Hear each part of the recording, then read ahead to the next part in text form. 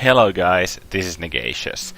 Okay, so the reason you are seeing the main screen right now is because I have a little announcement again about the Let's Play this time.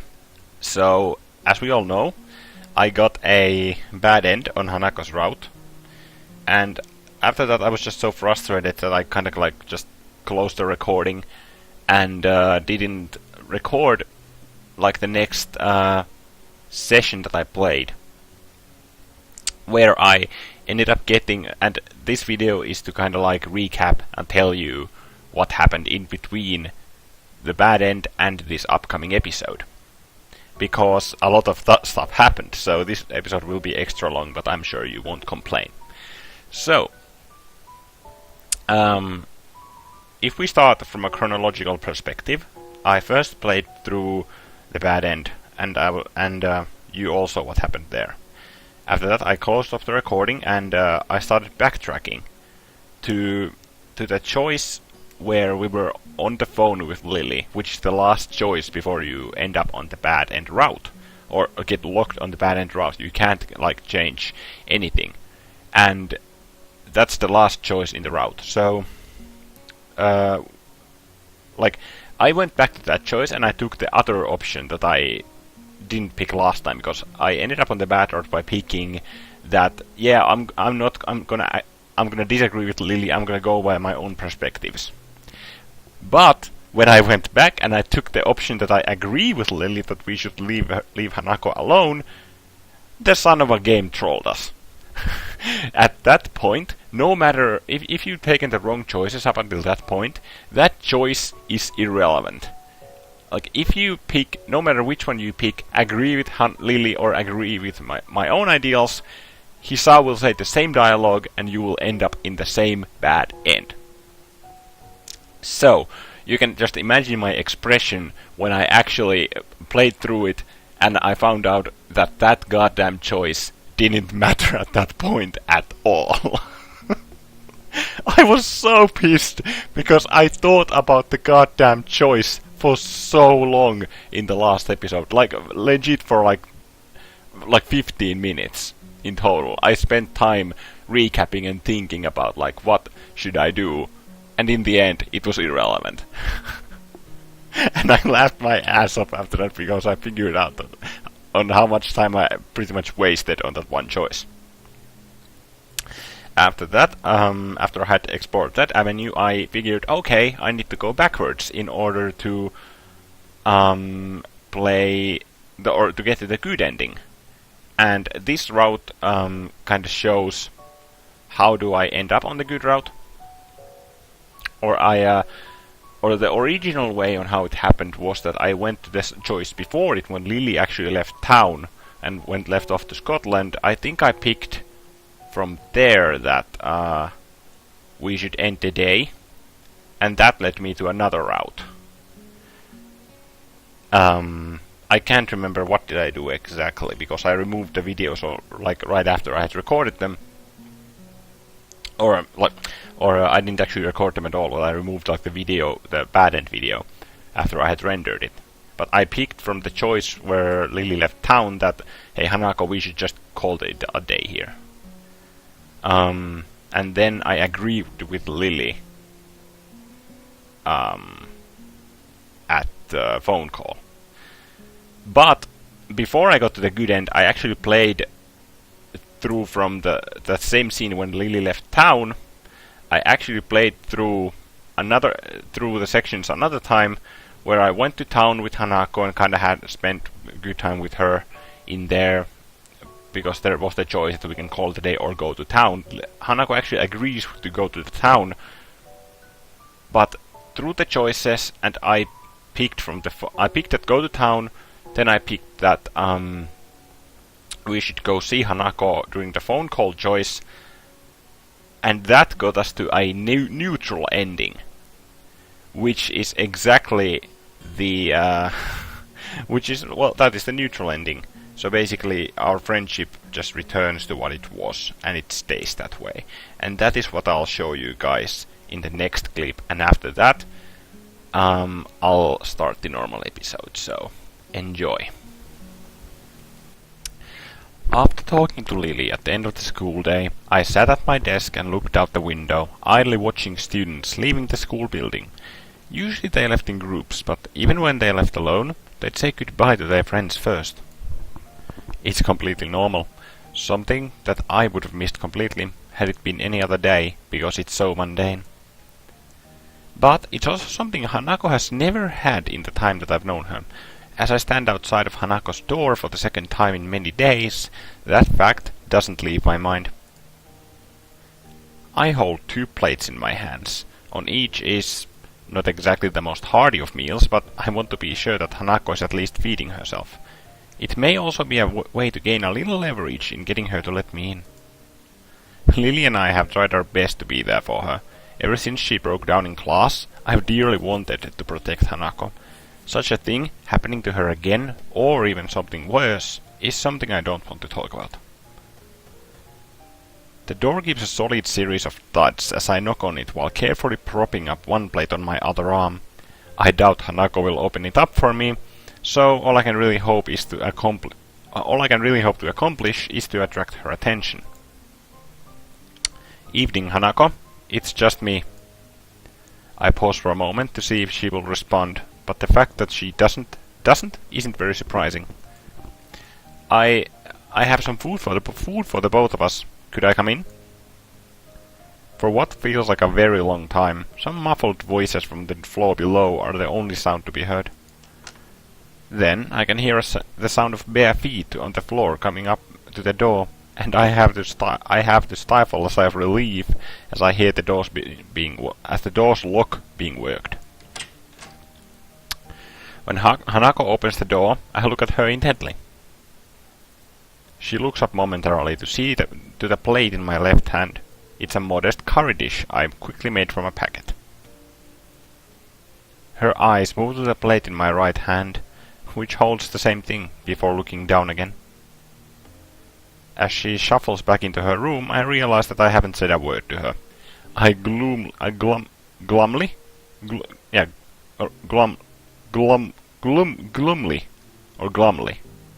know how to pronounce that word.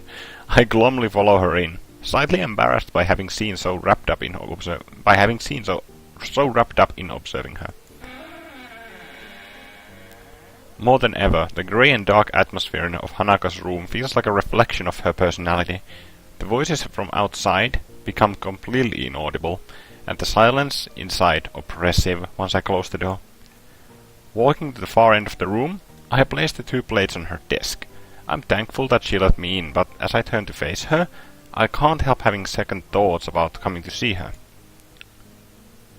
I don't believe Lily was right, though. Looking at Hanako like this, I can only think that giving her space is the last thing we should be doing. I don't want to imagine it, but she may do something very foolish. It's just an instant meal, but it should be filling. I take a plate in my hand, offering it to her. She wordlessly takes it and sits on the side of her bed. I take a seat in her chair, and the familiar sound of eating rings in the room as we dig in with the forks that were stuck into the rice. The curry itself tastes okay. I wouldn't expect much more from a packet whose brand I didn't recognize, so it not being horrible is at least something. Eating takes the edge off the fact that she isn't talking. Neither of us really likes to talk while we're eating, and this reminds me of the lunchtimes we so often spent together. It's kind of nice, eating together like this. Hanako looks at me quizzically. It's at least a better expression than what she's been wearing thus far. We became friends, mainly over sharing lunch breaks, so it's nice to go back to those times a bit. She hesitates for a couple of seconds, and I find myself grimacing. Did I say something wrong? Eventually, she smiles and nods. I would normally be very encouraged by this, but her smile looks strange. I can't quite put my finger on why. Everything's the same as before, isn't it? Yeah, of course it is. You've still got Lily and me to help you and protect you, and once she gets back, everything will be just like she never left. Hanako nods again, her expression remaining exactly the same as before. She feels like a different Hanako from the one I'd seen when I entered her room, and it's vaguely off-putting. Both of us go back to finishing off our dinners after the short exchange. Despite Hanako looking happier than before, my eyes keep flickering to her as if to reassure myself of this fact. Before long, the last of Hanako's curry is cleared. I finish the last of mine as she puts the empty plate on the desk, and place my own empty plate and used fork on top of hers. I briefly wonder what I should say, desperately wanting to avoid another awkward silence, or the prospect of leaving her room after so short a time, but Hanako is the one to speak up first. I was wondering, since you're here. She quickly goes to one of her drawers and after a minimum of fussing around, pulls out her chessboard. Would you like to play? This time, I can't stifle the sigh of relief that escapes my lips. I hastily agree, and Hanako promptly busies herself setting up while I get off the chair and take a seat on her bed. Once again, Hanako is willing to let me into her world, with so simple a gesture as a game shared between us. I guess I was just winding myself up for no reason. After the board is laid down on the bed between us, we finish placing our respective pieces on it. Throughout our friendship, we've never exchanged that many words. When we're like this, though, I see that perhaps we never really needed to. Just a simple book, or board, or meal between us is enough to bridge that distance. I make the first move, just as I've always done. This is the way our friendship was, and this is the way it will probably always be. Something definitely feels different about her, though, and I can't quite grasp what it is. I look at Hanako intently, but I can't work out anything from her expression. As physically close as we may be, it feels like we're further apart than ever. Hanako is a fragile person, though, and I would never want to hurt her. That was also the way things always were, and the way things between us will probably always be.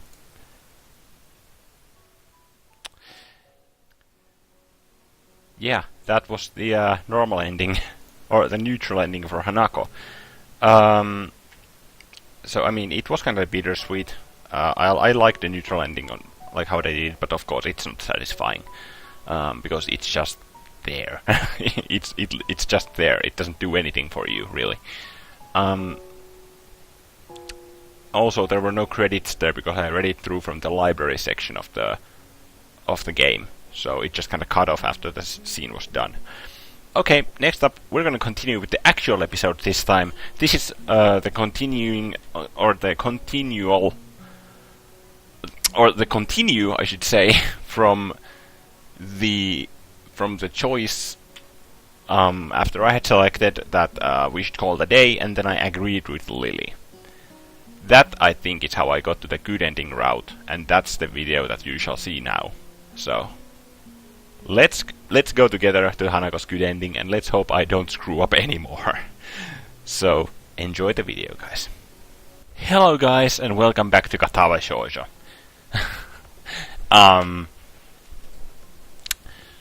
So, we are on this choice again. And the reasoning you just heard why. So, we are going to agree with Lily this time. Last time we got a bad end, and before the video started you just heard, or at the beginning of the video you just heard an explanation on why, and what happened like, in between these two episodes. So, this time we are going to agree with Lily after we chose the different path. I don't want to admit it, but she may have a point. Something else bugs me, though. And you tried to amend this? Wait, our outing into the city? Quite astute. Jesus Christ, my voice is giving out again. Quite astute. I thought that it might help if I dragged both of you out of Yamaku and into the wider world. I am thankful you became closer for it, though. So she noticed that. I suppose she may well have been paying attention to us, and her hearing's incredibly good, quite likely good enough to have picked up on what we were talking about if she tried. This sounds more and more like you were manipulating us. Silence. It's a harsh way of putting it, but I have no intention of stepping back from those words. I am sorry. I was just worried about you. It's fine. I guess there are more important things anyway. It's not a total surprise that she'd do such a thing. Her motherly nature can be slightly overbearing at times, but she does have the best of intentions. So you think I should think about myself more, about thinking instead of trying to cater to Hanako? That largely sums it up. Again, I am sorry for not telling you this in a clearer way before going behind your back. I know I am at least as guilty of being overprotective of Hanako as you, but I fear that you are neglecting yourself in your efforts to give Hanako happiness. Do you really think Hanako will be okay? She isn't as fragile as you think. I don't know exactly what experiences she's lived through or what feelings she has in her mind, but she has managed to work her way through them until now. It is also my hope that giving her a little space will allow her to dedicate what she truly wants for herself and give her the initiative to reach out for it. Okay, this sounds a lot more like a good end than those 3 attempts I failed at earlier. Please, have faith in Hanako. That is all I ask. I guess I'll think about it for a while. That is good. Being rash won't get you anywhere. I know that at times you may doubt your relationship to Hanako, but she does. Lily cuts herself off and takes a moment to reconsider her words. Please, keep in mind that I would not have befriended you if I hadn't thought of you as a fundamentally good person. You are a good friend, both to myself and to Hanako. Thank you, that helps. We share some small talk to try and lighten the atmosphere, but it feels very stilted. There's a lot I don't know about Lily's stay in Scotland, but after such a heavy subject, I want to be alone for a bit to think. After a few minutes, we end up saying our goodbyes and I set my phone on my desk. Compared to Hanako's situation, mine feels utterly mundane. I still have both of my parents, I had a reasonably normal childhood, and unlike many in Yamaku, my condition isn't immediately visible to the public. But then again, isn't this just an attempt to justify the way I've been acting towards her? That may well be what our pasts were like, but when it comes to the future, I still have no idea what I want to do. In school, I've just concentrated on each day's work, and I've put off more and more things to cater to Hanako. I recall the words Muto told me after Hanako's breakdown, about the purpose of Yamaku and my education.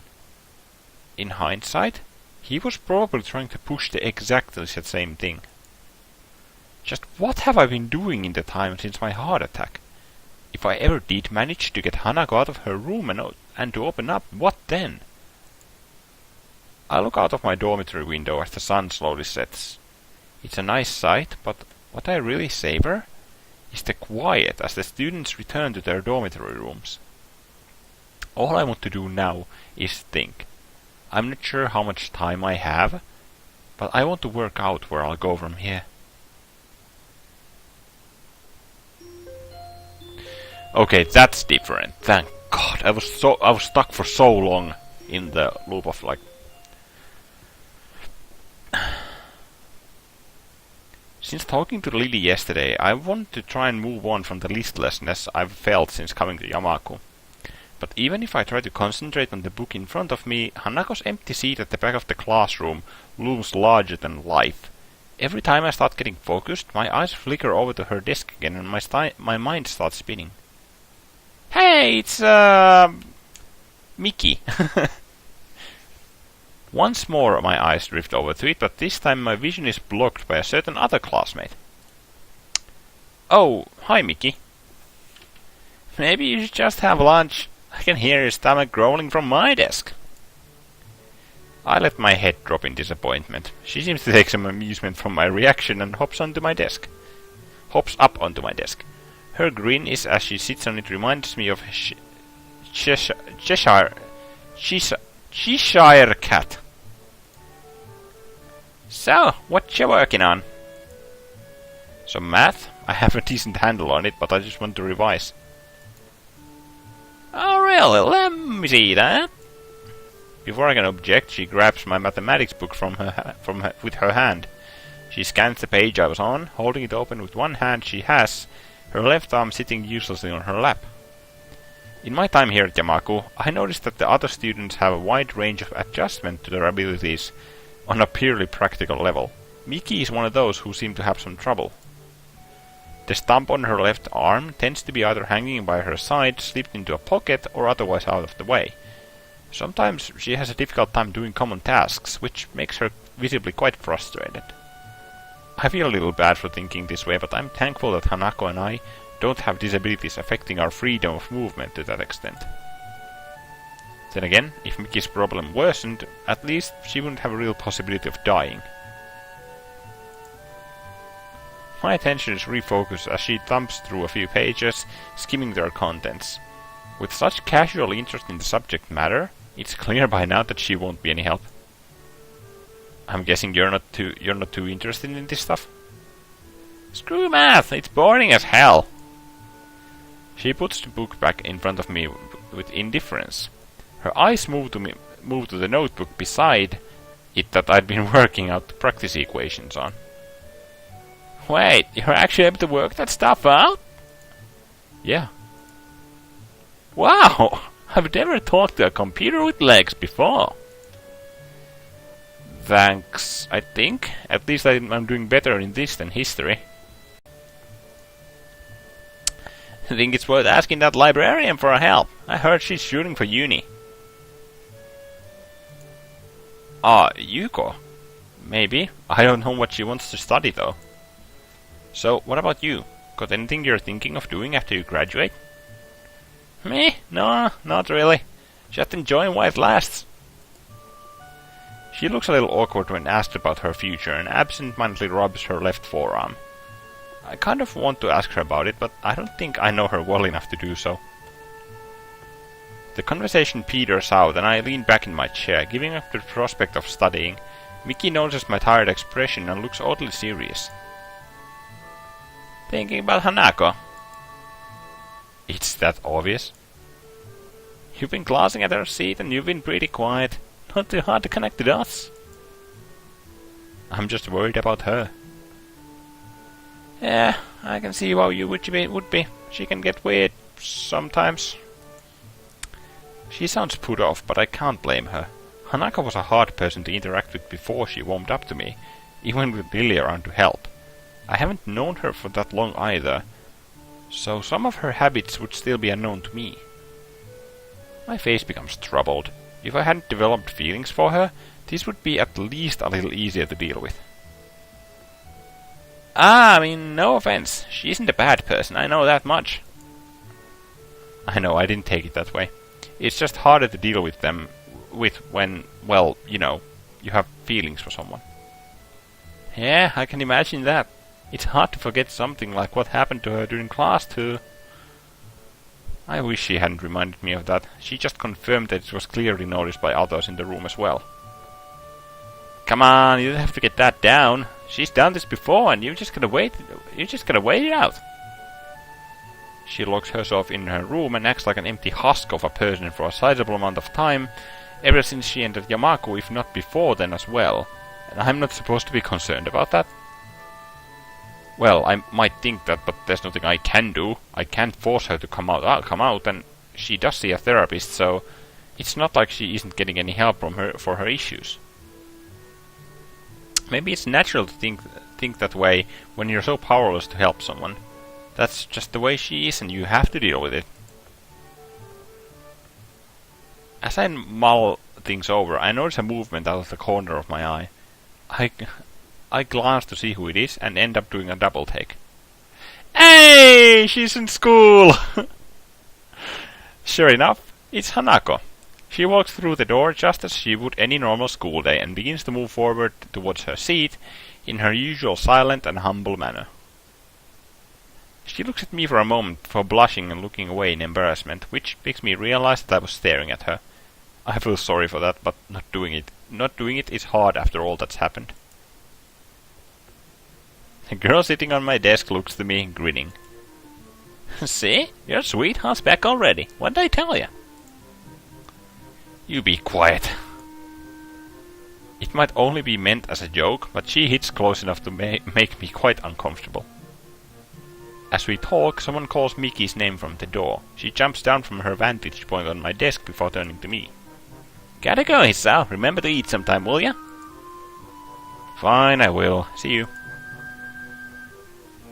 She gives a casual salute before jogging over to the door, where a male student in gym uniform is waiting for her, probably someone from the track and field club. Seizing the opportunity, I get up and make my way to Hanako's desk. Hello. Hi, Hanako. What's up? Nothing.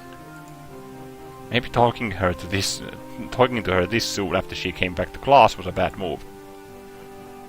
Want to come with me and grab something from the cafeteria? I'm pretty hungry. But I thought you were studying. Studying can wait. Turning up for class after all this time must have taken some courage for Hanako, so the least I can do is stay with her.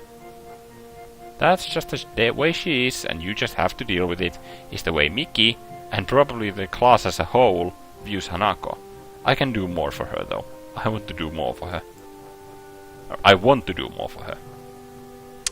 After being distracted by Miki, I don't think I'm going to get any work done. Come on, let's go. She hesitates, but eventually gets up and joins me as we begin walking. These may be small steps for her, but the fact that she's finally out of her room, of her own volition, lifts a large weight off my shoulders.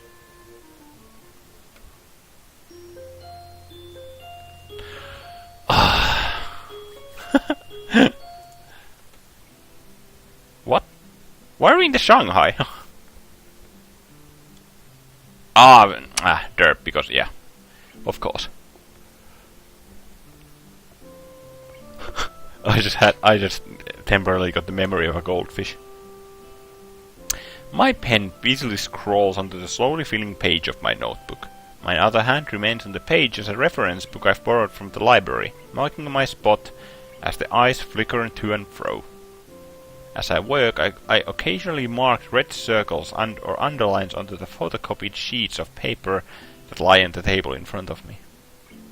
Wanting a change of scenery from the library and avoid the distractions of the classroom, I decided to make use of the Shanghai for some quiet study time.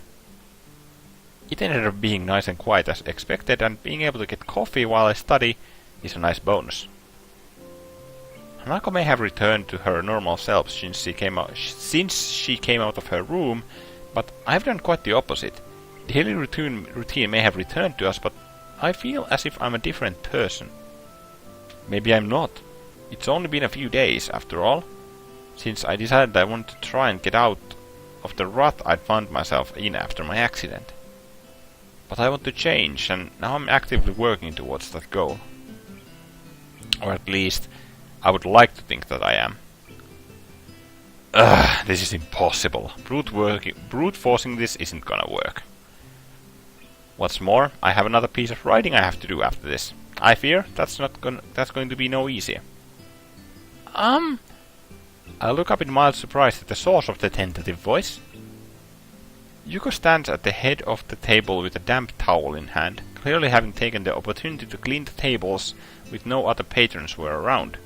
She looks curious, as much as her eyes...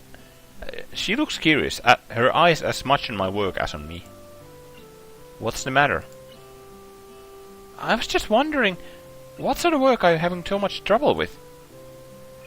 Oh, it's just history. I'm fine with science and math, so I'm trying to get my other subjects up to par. Yuko looks positively delighted at this development. I feel like I just chose the right answer on some big quiz show. Quiz show. Oh, I think I can help you with that. If you don't mind, of course. I briefly considered turning down the offer in order to not cause her too much trouble, but she looks too excited about this for me to do it. It would be mean to shoot her down like that after such a reaction. If you're willing to help, I'd really appreciate it. She claps her hands together and quickly deposits her towel on the counter before returning and taking a seat across from me. I take my notebook off the top of the textbook and hand it over for her to peruse. So, you're studying the Edo period? Yeah, I'm not really much good at this though. She takes the textbook and reads a few pages from a random section near the middle for a bit, but the aura of enthusiasm she had been radiating previously is rapidly sapping away. I guess this wasn't the kind of history you were expecting? Unfortunately not. My main area is European history, especially the classical era. I'm sorry. She looks a bit downcast, but as she carefully closes the book and lays it back down on the table, her face perks up again. Would you like another cup of coffee? Huh? Oh, yeah, sure. I reach forward and get my book back as Yuko gets up, takes my mug, and slowly walks to the counter to make another brew. As usual, she's absolutely silent when she does this. Every ounce of her concentration is focused on not tripping over or dropping the plain white mug. I take the opportunity to lay back and relax for a bit, the hum of the coffee machine filling up the otherwise quiet air. It's small details like this which makes me realize how much I've come to appreciate the little things in life. The peace and quiet of a local town, discipline and order of Yamaku, the green of the trees that were so rare in my home city, the relaxed pace at which the aging residents live their lives. Everything feels so certain. It's comforting. I can feel myself beginning to... God dang it! I misclick everywhere. I can feel myself beginning to nod off when the sound of the mug coming to rest on the table grabs my attention. Seems like it arrived not a moment too soon. Yuko takes her previous seat once again, as I pick myself up and bring a hand around the mug to check its temperature. It's just a little too hot to drink right away, so I blow on it a little. It's a shame you don't like history all that much. I sort of guessed you might be more into science. How so? You've nearly read out the science fiction section in the library already. It wasn't hard to notice. You do have a good point there. Well, what can I say? You've pegged me just about right. You sound like you've really taken an interest in history, though, especially considering how specific you were about it. Do you study in that area or something? Go on digs overseas? She giggles nervously at the thought. I'd like to visit the Mediterranean sometime and see the old architecture and art for myself, but I don't think I could trust myself to handle such delicate things. I'm saving up to formally study it in university, although I also read up on it wherever I have free time outside of work, whenever. So Miki was right about her university aspirations. Considering how she fares as a waitress, a more theoretical path may suit Yuko better. It's nice to hear that she has some ambitions, God, though, considering how hard she works. I nod and take a careful sip of my coffee. By now it's cooled to the right temperature, so I begin to drink while keeping an eye on the book below, trying to read at the same time. A few minutes pass quietly, Yuko looking out the window and watching the world go by while I have my coffee and study. A movement catches my eye, and I look up to see Yuko smiling and waving to someone outside. Following her gaze, surprisingly reveals the someone to be Hanako. She's looking at us from the side of the street across from where we are. Her usually all too visible timidity is largely absent, probably thanks to there being so few people around right now. Evidently, she decides to join us. After a little wave, she gives a quick glance up and down the street and crosses towards the side that the cafe is on. The familiar doorbell to the Shanghai rings out as Hanako enters and makes her way to the table we're sitting at. Hello. Good afternoon. Hi, Hanako. What's up? Nothing. Just going for a walk since the weather was nice. I swear, every time Hanako has dialogue, her voice changes when I do it. Every goddamn time.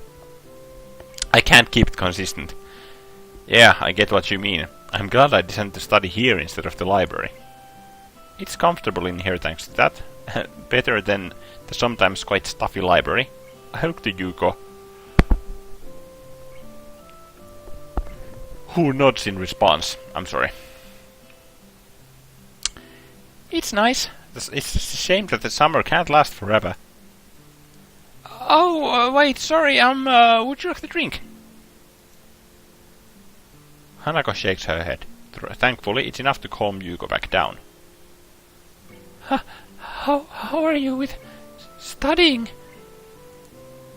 Okay. Ish. Oh yeah, have you talked with Lily? I'm interested too. How's she doing? She's enjoying it, I think. I think that's all we're going to get out of her. Being around Yuko is tensing her up. It would be so nice to travel to Scotland. Greenfields, castles, lovely small towns, men in kilts, interesting history. I can't say I see the appeal of men in kilts myself. It does seem like a picturesque place, though. Jeez. As we talk, the jingle of the doorbell rings again. Hanako is startled, noticing Yuko's panicked expression at the prospect that she might leave customers to wait a handful of seconds due to her chatter with us. Yuko gives a quick bow, then hastily skitters over and greets the new customers, an elderly man and his wife. I watch her for a bit, craning my head around to get a good view. Hanako is staring at me with her one visible eye. She averts her head in embarrassment as I turn to make eye contact. I was just thinking it is nice to have ambitions for the future. Yuko was telling me a little about her university aspirations before. Oh! It's a shame. If she wasn't so neurotic and overworked, I think she could be a really happy person. As much as I'd like to play host to Hanako and entertain her a bit, I do need to study as well. To be honest, I don't think the distraction from Yuko helped either. Sorry if I'm a bit distracted. I need to try and get this done, otherwise I'm going to flunk the history exams pretty bad. I'm left running my hand through my hair in frustration. That letter needs doing as well, once I get back to my dormitory room. I hope I have more luck with that than this. Damn. What with? Oh, I was going to write to Iwanako. Right now, though, this is more important. All I've done is rattle myself. I can't focus on the work in front of me when my stomach is slowly turning at the prospect of actually attempting to write her back after all this time. I force myself to concentrate on the book, picking up my pen once I have a quick sip of coffee. After a few seconds, Hanako stops silently watching me and leans back in her seat, relaxing as much as she ever seems to be able to, looking out the window to pass the time. We stay like this for a long time before leaving for our dormitories together. I'm surprised she had the patience to wait me out. Iwanako's letter lies on my desk beside a blank sheet of lined paper and an unused envelope. The tapping of my pen is the only thing to be heard this late at night. As I feared, my second task for the day turns out to be just as difficult as the first, if not harder. It's been so many months since we even saw each other. Even so, I can still remember what she looked like, what she sounded like, and what she acted like. By now, though, the little details are beginning to slip away. When I first saw her letter, I barely recognized her handwriting at all. Even the pink pen she always used was forgotten until her writing reminded me of it. I wonder why she didn't use it for the letter. She used to write everything with it. Maybe she thinks it's too immature now. I should be thinking about myself and about what I want to communicate to her. My mind can't stop concentrating on her, though. On the past we shared before it was taken away so suddenly. The bright and slightly garish decorations suit her sense of aesthetics. Picking up the letter to take a closer look at it, I give a long sigh.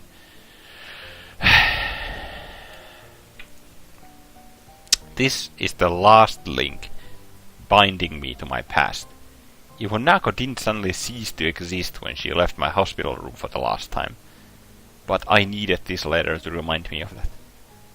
I had all those feelings neatly filed away. I felt as if I didn't need them, that I could just begin life completely anew. It was easier that way. In the end, I suppose that was a rather naive thing to think.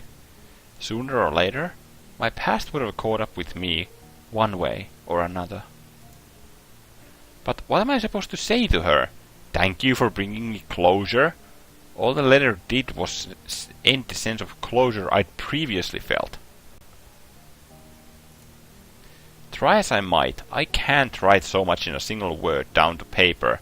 I can't write so much as a single word down on the paper in front of me. I can't even think of what exactly I want to say. Putting the letter down on top of the blank sheet, I gather the materials together and file them away in my drawer. The clunk the desk makes as it closes makes me momentarily tense in frustration, before I get up to go and grab a drink from the vending machine on the first floor.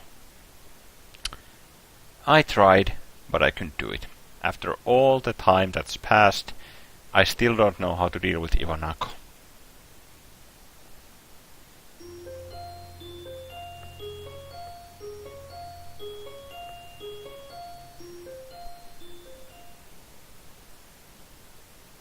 This is getting really captivating. The library, while not humming with activity, is noticeably more busy than usual. Exams are not far away, and that's reflected in the number of students burying their noses in textbooks at the tables around us. I've been studying quite a lot these past few days, just like them, in hope of doing well in the exams. This also means that Hanako and I have been playing games less, so she's begun studying as well just to fill in the time. Nevertheless, I found myself forsaken by her on this particular day. The textbook in front of me has remained on the same page for some time. After so much reading on subjects I couldn't care less about, if not for the exams, my mind is beginning to wander. I find my eyes flicking over to where Hanako would usually be, just like on the days she wasn't in class. Her usual beanbag in the corner of the room is conspicuously unoccupied. It was here that we first really met. I tried to start a conversation with her. She got skittish and eventually bolted from the room altogether. I probably shouldn't smile about it, but it was kind of amusing in hindsight. Nowadays it's more and more difficult to imagine her doing such a thing. Even with Lily gone, she's been doing well now that she's come out of her room. I want to talk with her, or at least play another game of chess. I'm tired of studying, and it's been a few days since we've really done anything together. The question is where to find Hanako isn't a particularly difficult one. If she's not in the library, chances are that she's either in the tea room for some peace and quiet, or in her dormitory room. Deciding to check them in that order, I pack up my books and make my way out of the library. I stretch and give a loud groan as I walk down the hallway. Studying may be frustrating at times, but with the progress I feel I've made, there's also some sense of pride in getting it done. It's a good feeling. There isn't a sound to be heard from inside as I stand in front of the door to Hanako's room. I guess that isn't very indicative of whether she's inside or not, given how quiet she usually is. Still, if she wasn't in the tea room, I try knocking lightly to make my presence known, but I am surprised when I find the door is unblocked and yielding at my touch. With a small crack, the door opens. It looks like my suspicions were correct. Hanako is indeed here. She's sitting at the table with an open book in front of her, but pays it no heed as she keeps looking out the window. She looks utterly oblivious to my presence. With her head thoughtfully resting on her hand, she looks calm and collected. It's a shame she can't look like this more often. Smiling a little, I walk up to the table and softly speak to her. "Good evening, Hanako." Hanako's head turns a little to see me, but she's only half there. I put a hand on the table and lower my head to get a better look at her face, mildly curious about what mood she's in. "What's up?" She gasps a little, finally acknowledging my presence in the room for the first time. Hanako's blushing really heavily. Her mouth is open just a little, as if paused mid-sentence. Most striking, though, is what she's doing. God. She's looking directly at me. Her eyes are pinned on my own, from such a close distance that I can almost see my reflection in them. They don't turn away, nor move at all. They're absolutely still, just looking at me. They're dark, and give her an almost analytical air. Even when reading on subjects she has no interest in, she would appear to be wrapped in her work to a casual observer. She absorbs information very well, and even now I can feel that. I feel like I'm seeing something behind those eyes that I never saw before. I don't know what it is, though. "Hanako?" Her lips move just a little, silently mouthing something. She looks like she's on the verge of saying something, but won't say it. But that's the way Hanako always is. On the verge of saying something, but never quite doing it. As I look intently into her eyes, I realize something. Everyone has their own thoughts, things they want to say, their own worldview. But I can't work out what Hanako wants to say, and I can't work out what she's thinking. I never have been able to. It's frustrating. It feels like I don't know her at all, despite all the time we've spent together. So... It's only now that I find myself blushing. I've been looking directly into Hanako's eyes from such a short distance, with absolutely no regard to her, and she's been looking into mine without shirking away. I quickly look away while covering my face with my hand. Hanako does just the same. Sorry about that, I had to answer the phone. Another awkward silence reigns. I hate these. At first I accepted them as just being a fact of life around Hanako, but now all they feel like is an affirmation of how little we're able to communicate. Some anger makes its way into the complex mixture of emotions I'm experiencing right now. I want to bridge that gap between us. Friends shouldn't have to tiptoe around each other like this. I speak before I can argue myself out of what I'm going to do. My scarring isn't as bad as Hanako's, and I can't possibly compare my life to hers, but I want to show her that she's not alone. Doing this in such a blunt manner might be the only way to get my point across. What is Hisao? What? Hanako? I want to show you something. I take a deep breath to prepare myself. This could backfire badly, but I feel as if we've come close enough for this to be okay. I'm not going to strip naked or anything weird. I'm just going to take off my shirt. Ah! That's clever, Hisao. Okay. I just completely, my brain just completely lagged out there for a second. But yeah, okay. Because Hisao is probably going to show his own surgery scar to Hanako. I just recalled that he does have a surgery scar on his chest. So Hanako's eyes grow to the size of saucers. Her face is an amusing mixture of curiosity and nervousness as she stands. It helps take the edge off my own nervousness at doing this in front of another person. Slowly, with my entire body feeling tense, I unknot my tie and begin to lose the first of the buttons. I'm trying to mentally block out Hanako to make this easier, but it's not really working. As I work my way down, I expected to hear some form of protest from her. She remains silent though, which just makes this feel even stranger. With the last of my shirt unbuttoned, I take a breath and look at her. Aww.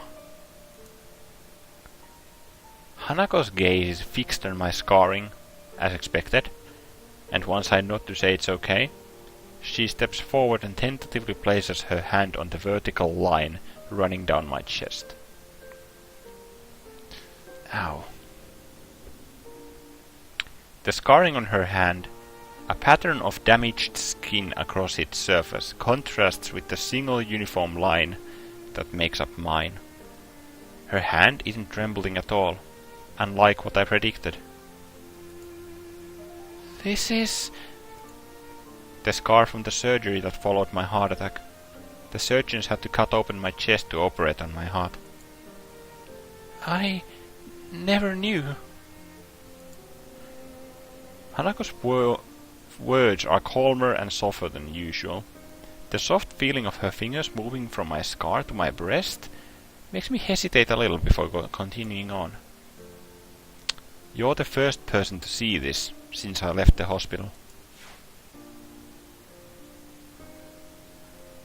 But why are you showing this to me? I wanted to prove to myself that I could do this, that I could accept my past and move on. I want to show that to you as well. Ah, it makes so much more sense now. Because I was like... okay, I'm gonna explain later on. I just want to read onwards. She nods. From her reaction, she seems to know how difficult this is for me. More than anything, this scar represents a visible reminder of my condition. A reminder that I'm not normal anymore. That's something that, until now, I had tried my hardest to ignore. As the minutes tick by, Hanako's gaze lingers.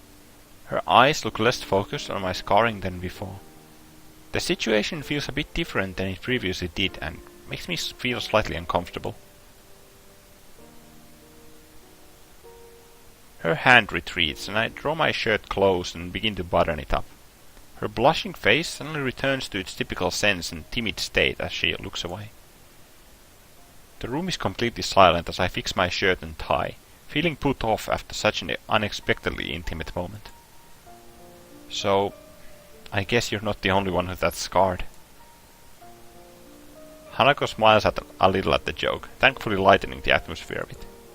Thank you, Hisao. I think I understand. I give a long sigh of relief. I really didn't know how she'd take it, but I'm glad everything seems to have worked out as I hoped. Hanako's smile only proves that further. I'm finding the path that I want to follow now, and what Hanako needs to do is to find her own. It's not something I can help her with. It's something I can't help her with. And it's something that she needs to overcome her past in order to do. Hanako checks her watch. It's getting late by now. Hisao, Yeah, I'd better get going. I'll be thankful for some sleep. It's been a long day after all. Good night, Hanako. Good night. I make my way out of her room and into the hallway, remaining silent as I do so. I think both of us have gone through a few emotions today.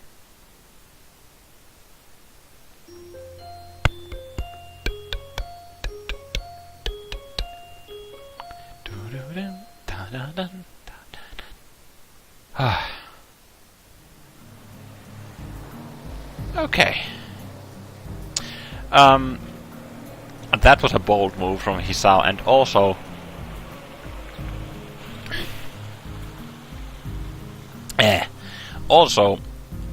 I really liked how this built up. This was built up in a more roundabout way, and a more from a moral and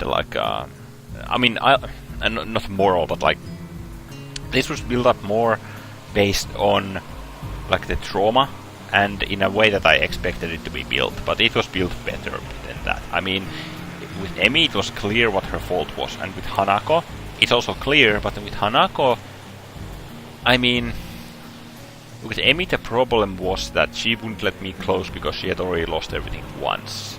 With Hanako, that's the same thing, but with Hanako the story kinda built like, I mean, up to this point, her scarring it was so deep that you couldn't really like you can't really like just go up to Hanako and be like hi like in a really rash manner, and they built it up slowly, and I appreciate it because it was really good. Anyways, after some failings, we are back on the good end route, at least I hope so. It certainly is a lot better than the bad end that I got. So, thank you guys for watching this episode of Katawa Shoujo. My name was Negacious. If you want, you can drop a comment down below, or you can click like, the button like, in order to show your appreciation. I appreciate your appreciation. Thank you guys for watching. You can also subscribe to get my videos to your sub tab whenever they come out. So, yeah. Thank you. My name is Negacious, and I'll see you in my next video.